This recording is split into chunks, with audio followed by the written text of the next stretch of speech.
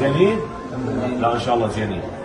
مالكم شغله هاي المبعثرات، انتم ابطال، قدمتوا اللي عليكم، بارك الله فيكم، جزاكم الله خير الجزاء. هاي الامور كلها يعني مره علينا، وهاي ما تكفي من اصرارنا وعزيمتنا، لان احنا عندنا بطوله اسيويه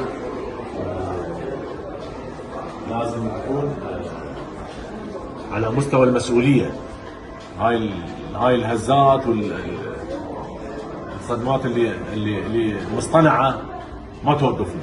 انتم تعرفون كل زين احنا كاتحاد عراقي اول يوم جينا انتهجنا النهج السليم بان نكون نبني بناء صحيح للفئات العمريه وبالاعمار الصحيحه والحقيقيه ومثبته. اما ما يشاع هنا وهناك فهاي كلها ما لنا دخل بها. نركز صحيح، نعم صار سلب الحقوق في وضح النهار، عندنا كل ما يحمي لاعبينا، عندنا كل ما يثبت صحة كلامنا، إذا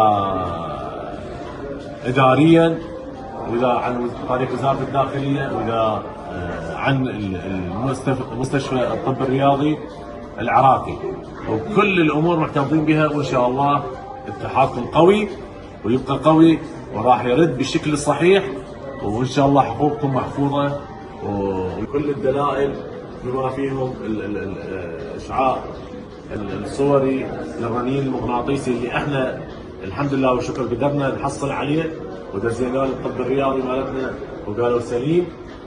فانت اريدك اكثر اصرار واكثر عزيمه وكليتكم هذا النهج، وترجعون لبلدكم مرفوعين الراس، والسيد رئيس الاتحاد والنواب واعضاء المكتب التنفيذي وكل الاخوان بالعراق يسلمون عليكم ويتمنون انه تكونون اكثر اصرار وعزيمه على تقديم كل المستويات اللي تليق بسمعه العراق والكره العراقيه.